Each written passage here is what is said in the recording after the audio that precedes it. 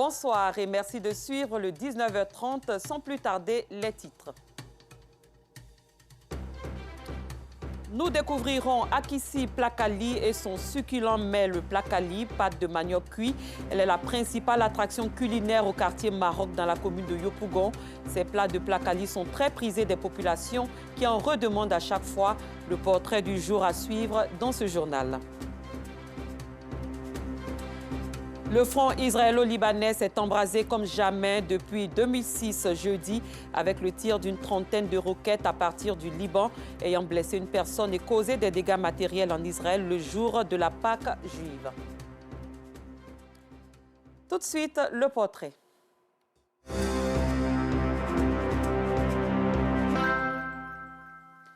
Le Plakali, pâte de manioc cuit, peut se consommer au petit déjeuner, au déjeuner et au cours du dîner, accompagné de sauces gluantes ou lourdes. À Yopougon, Maroc, ce mets est la spécialité d'Akissi, âgée de 41 ans. Elle est mère de 2 enfants. Elle le prépare tellement bien et à bon marché que les clients l'ont surnommé Akissi Plakali. Une référence au quartier Maroc et ses environs dans la commune de Yopougon. Il suffit de dire Akissi et on vous conduira au restaurant de Gladys Akissi Cablan pour vous régaler. Le portrait de cette dame aux doigts magiques en matière de gastronomie vous est proposé par Théodore Zouzou et Clément Beaucoup. Il est 6h30 à Yopougon, Maroc. Gladys Cablan Akissi revient dans son entreprise. Ici, elle cuisine et vend des mets locaux pour le petit déjeuner. Le Plakali est l'un de ces mets, beaucoup prisé par ses clients qui l'ont rajouté à son prénom. D'où ce sobriquet Akissi Plakali. Cet art culinaire, elle le tient de sa génitrice. Nous, on est nés dedans. Depuis à bas âge, maman me fait restaurant. Maman faisait le Plakali matin et puis on faisait la nourriture du midi. Et bon, comme ici, il n'y a pas trop de personnel, donc j'ai même un truc de Plakali en place. C'est comme ça que j'ai commencé. On se bouscule presque pour se faire servir chez Akissi Plakali. La sauce est servie pour ceux qui déjeunent sur place, dans ces soupières locales en terre cuite nommées talier en langue baoulée. Une présentation qui suscite l'appétit. Ceux qui ont déjà dégusté le Plakali d'Akissi ne peuvent plus s'en passer selon eux. Dans tout Yopougon, Maroc, des mondes chez Akissi, on te dira le meilleur endroit de Plakali en fait. Parce que ce Plakali est très intéressant et très bon à déguster au fait. Généralement, lorsqu'on fait le nuit, on descend le matin, voilà, il y a une fille qui ne dit pas le nom, donc on vient se ressourcer avant d'aller au repos. Ici, c'est possible de venir entre amis, en famille, et l'on a la possibilité de varier le repas. Il n'y a pas seulement que le Plakali qui fait la renommée d'Akissi. Il y a également le kongondé, le kabato, le riz accompagné de sauce graine, djunglé et kloala, au poisson ou à la viande. C'est selon l'envie de la journée qu'on fait ce choix. Donc aujourd'hui, exceptionnellement, on a voulu manger du riz accompagné de la sauce de Plakali. Si on vient à chaque fois dans un point, c'est parce qu'il y a la qualité du service. Il n'y a pas de préférence, mais c'est une envie aujourd'hui. Comme habituellement, quand je viens chez Akissi, c'est du Plakali que je mange. Aujourd'hui, j'ai voulu goûter aussi le kabato pour voir quelle est la différence. Mais heureusement que c'est aussi bien fait. D'autres préfèrent le consommer à leur domicile. Je suis un peu fatigué. Voilà, donc je pouvais rentrer pour me reposer.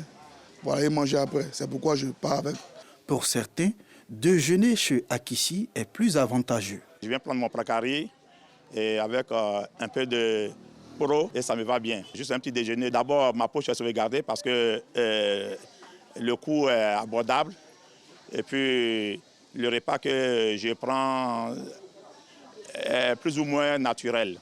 Au-delà de la présentation et du fait que ce repas soit à la portée de toutes les bourses, Akissi sait accueillir ses clients.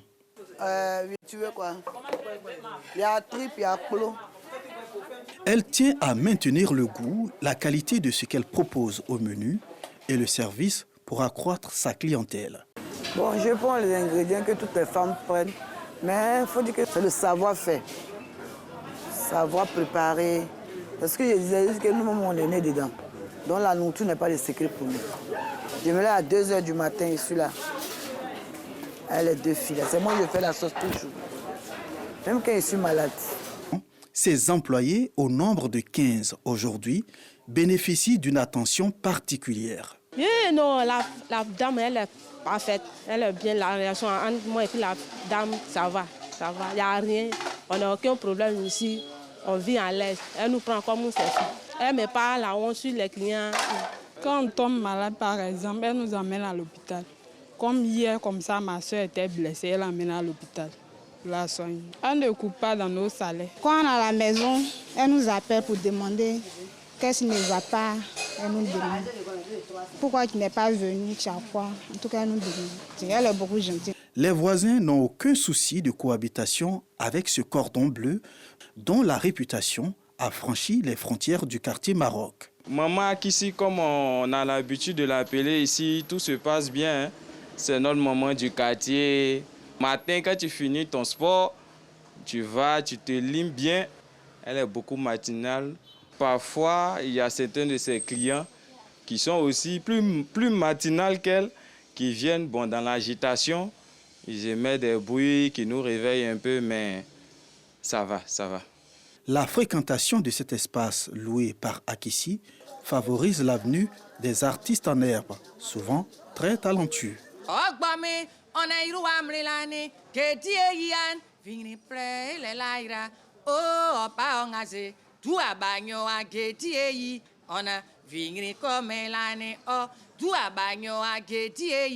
Quant aux parents, ils sont fiers de leur fille. C'est mon aînée. Elle aidait nos mamans à préparer. On faisait tout ensemble. Jusqu'à ce que la vieille décède. Et nous sommes venus à Abidjan chez notre oncle. Vraiment, ça n'a pas été facile, mais Dieu a fait grâce un peu. Et puis, elle a fait son petit coin, ça a commencé à aller. Très fière parce que ce coin-là, ça nous a aidé, ça nous a apporté. Et puis, elle aide aussi les gens. Aujourd'hui, tout semble aller parfaitement. Pourtant, le début n'a pas été rose. Quand je suis venu au début, les gens ne connaissaient pas le placali. Chaque jour, les gens ont des sacs à pain. Donc quand je préparais, ça restait. Donc il y a les garagistes à côté. Quand je prépare, je m'en vais les donner. Puis on ne paye pas. J'ai fait un bon mois dedans, tout mon argent est fini. C'est comme ça, la maman d'Aimé Zébier m'a donné toute la marchandise que je voulais. Elle m'a donné boulot, elle m'a donné graines, elle m'a donné djumblé, elle m'a donné placali. Et puis je suis venu commencer. Quand j'ai commencé, vraiment, ça m'a souri. Le placali, mais à base de manioc, est consommé pratiquement sur toute l'étendue du territoire national. Sa valorisation telle que faite par Gladys Cablan Akissi est une invite à consommer davantage le Made in Côte d'Ivoire.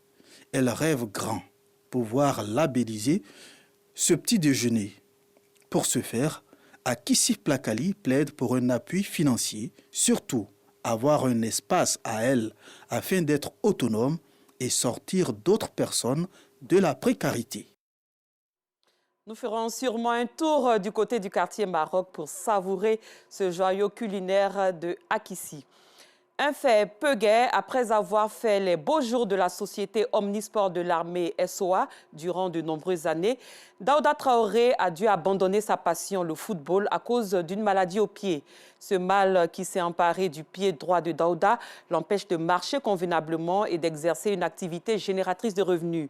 Il se retrouve ainsi livré à lui-même à la merci de plusieurs maux et bénéficiant dès que possible des largesses de quelques personnes de bonne volonté. Le désarroi de Daouda est relaté ici par Clément Boko. C'est ici, sur cet amas de mousse de matelas, que Daouda Traoré passe le clair de son temps dans la commune d'Abobo. Ces nuits, il les passe aussi dans ce lieu à la belle étoile. Il garde encore en mémoire ces beaux jours sous le maillot de la société omnisport de l'armée, la SOA, club pour lequel il a joué pendant près de 9 ans. Daouda a dû raccrocher les crampons à cause d'une maladie. Ce mal, c'est après la crise. Un matin, il me lève, tout mon pied est filon. Tous les filons sont cassés. Voilà où c'est retrouvé maintenant, il y a une plaie. Je ne savais pas de quoi il s'agit. Filon, hein? Voilà la maladie. J'étais radié parce que je ne partais plus au boulot fait. Bien que Daouda a reçu des soins, la douleur, elle, persiste toujours. Ce mal lui a tout pris, sa famille et ses biens matériels. À cause de la honte, j'ai fui la maison. Ils ont commencé à dormir dans la rue. Et un matin, Cédric Langma me voit. Et la mère a commencé à me soigner. Les premiers jours, ont commencé à lâcher. Et lâchement m'a donné un papier pour être soigné au CHU de Tréville. Il va au CHU, il ne va pas. Et on me dit c'est un blanc qui doit m'opérer. Sans le blanc, moi, ne me touche pas. Je suis obligé de payer une bonne à 1300, sans un soin dans une clinique. Daouda bénéficie néanmoins de l'appui de personnes de bonne volonté en vue de subvenir à certains besoins. Actuellement, ils sont en train d'effectuer les travaux. C'est ainsi, j'ai vu le jeune frère qui est couché sur un truc ici. Je lui ai demandé mais qu'est-ce qui se passe. Il m'a dit non, que il est malade depuis un certain moment, mais il n'y a personne pour l'aider. Puisqu'il n'a rien à manger aussi, souvent les matins, c'est moi qui paye quelque chose à moyen pour lui donner. Il est en train de s'infecter, comment on fait? Le pied qu'il a là, plus ça s'infecte, là, ça pue. Souvent maintenant, on est en train de faire les travaux même là. Quand l'odeur arrive, là, ça arrive quand là-bas. Il y a tout ça, la si on n'a pas fait quelque chose actuellement, peut-être qu'elle ne pourra plus marcher. Ce problème de santé n'a rien enlevé à l'amour que Daouda voue au football. À certains moments de la journée, il se rend au terrain le plus proche. Objectif, assister aux matchs qui s'y jouent ou encore interagir avec certains joueurs. Prompt rétablissement à Daouda Traoré et vivement qu'il puisse renouer avec sa passion, le football. Parlons filière cacao. La production de cacao du 1er janvier au 31 décembre 2022 s'établit à 2,4 millions de tonnes contre 2,2 millions de tonnes en 2021, soit une hausse de 5,85% sur la même période. Les exportations se situent à 2,2 millions de tonnes contre 2,3 millions de tonnes en 2021. Et c'est ce qu'a révélé le porte-parole du gouvernement, Amadou Koulibaly. Cette communication est relative aux informations sur la collecte et l'utilisation des redevances prélevées sur la filière café-cacao au 31 décembre 2022, issue du Conseil des ministres présidé par le chef de l'État, le président Alassane Ouattara, hier 5 avril 2022 au plateau à Abidjan. L'Association des élèves et étudiants musulmans de Côte d'Ivoire, AMC, a initié un programme incubateur. Il vise à garantir un accompagnement et une insertion professionnelle des membres. C'est l'enjeu au cœur d'une rupture collective qu'elle a organisée ce mercredi dans la commune de Marcory. C'est reparti avec Clément Boko pour le commentaire. Initier un programme incubateur afin de garantir un accompagnement et une insertion professionnelle des membres. C'est le sujet au cœur d'une rupture collective organisée par l'Association des élèves et étudiants musulmans de Côte d'Ivoire, AMC, dans la commune de Marcory. L'AMC regorge d'une jeunesse, et une jeunesse qui est appelée à travailler. Voilà pourquoi nous avons mis en place ce projet qu'on a nommé projet incubateur de l'AMC pour aider nos militants, pour aider nos jeunes à être autonomes financièrement. On va financer 30 projets, c'est pour nous très capital, voilà, de contribuer, n'est-ce pas, à l'autonomisation de la jeunesse et aussi au développement du pays. Une initiative saluée par le conférencier et les participants. Ils ont bien fait de choisir ce thème-là, AEMC, quel apport donc dans le progrès socio-économique dans une Côte d'Ivoire solidaire et émergente. Donc ce thème s'inscrit dans le cadre de l'année qui a été dédiée à la jeunesse. Le message que j'ai donné à l'AEMC et à ses membres, c'est de s'organiser, c'est d'avoir donc la traçabilité de leurs actions et également de ne pas se limiter seulement qu'à l'entraide, mais aussi donc de se co-construire en apportant l'industrie, donc c'est-à-dire l'intelligence aux différents membres, et aussi en ayant donc un appui financier et un appui donc matériel pour tous les jeunes qui sortent du cursus scolaire et qui veulent rentrer dans le tissu socio-professionnel. Et ensuite, de toujours garder le contact avec ces personnes-là afin de savoir quel sera l'impact des actions en amont de l'AMC sur l'activité et la productivité de ces personnes-là une fois sur le terrain. Je trouve que ce projet d'incubateur que l'AMC a initié est une très belle lucane. Ce sera une belle opportunité pour nos jeunes de l'AMC qui regorgent de talents, qui ont été toujours porteurs de projets innovateurs, mais faute de financement, n'ont jamais pu voir leur projet éclore. Ouvert depuis le 2 avril 2023, le programme incubateur de l'AMC va s'achever le 30 avril 2023. Tout candidat intéressé doit, en plus d'être militant, avoir un projet novateur, peu importe le secteur d'activité au choix. Les éventuels postulants devraient avoir entre 18 et 35 ans. Ce 6 avril marque la Journée internationale du sport, une journée au service du développement et de la paix qui offre l'occasion de présenter le rôle du sport en tant que moteur du changement social et du développement communautaire d'une part et facteur de promotion de la paix et de la compréhension d'autre part. À l'occasion de cette journée, des jeunes de différentes communes ont échangé et communié autour d'un match de football, une façon pour eux de prouver que le sport peut être facteur de développement et de paix. Le point d'Aïcha Sanogo et de Clément Boko. Il est 16 h. Ismaël et ses amis se réunissent comme d'habitude sur ce terrain de l'INJS, Institut national de la jeunesse et des sports, dans la commune de Marcory, pour jouer au football. Le football, en plus d'être un sport, est un moyen pour eux de se retrouver et d'échanger. Les mardis et vendredis surtout, c'est là que vous pouvez nous trouver ici. Donc on vient, comme chaque soir, comme d'habitude, nous venons nous distraire un peu entre amis autour d'un petit ballon. À l'instar d'Ismaël, nombreux sont ces jeunes qui se retrouvent autour des différentes disciplines sportives telles que la boxe, le basketball, le volleyball ou même le rugby, afin de partager leur passion commune. Nous sommes venus jouer entre amis. Il y a différentes catégories. Il y en a qui sont sortis venus de dehors. Donc, quand on vient se réunir ici, puis on joue ensemble, et puis après, vers 18 h, on rentre à la maison. D'autres viennent de Marcory, d'autres de Treichville, Koumassi. Quand on est sur le terrain, on est tous pareils. La boxe est un sport de combat, mais quand nous nous réunissons, ce n'est pas pour nous battre, c'est juste pour nous distraire entre nous et vivre notre passion. Au-delà de son aspect distrayant et sanitaire, le sport est également un facteur de paix, de développement et de cohésion sociale. C'est pourquoi, à l'occasion de la Journée internationale du sport, célébrée tous les 6 avril, des jeunes se sont retrouvés au terrain d'Aboboté, dans la commune d'Abobo, autour d'un match de football. Une fois les responsables d'organisation et équipes de secours installés, le match peut commencer. Ils sont venus de partout sur le territoire ivoirien afin de partager ce moment. Nous sommes divisés en 2 groupes. Il y a la Ligue Abidjan Sud et la Ligue Abidjan Nord. Donc après le pont, Oufo-Boigny, Abosso, Bassam, Treichville, ça c'est la Ligue Abidjan Sud. Mais de l'autre côté, Yopougon, Abobo, c'est la Ligue Abidjan Nord. Donc nous sommes aujourd'hui pour le championnat de la Ligue Abidjan Sud ici.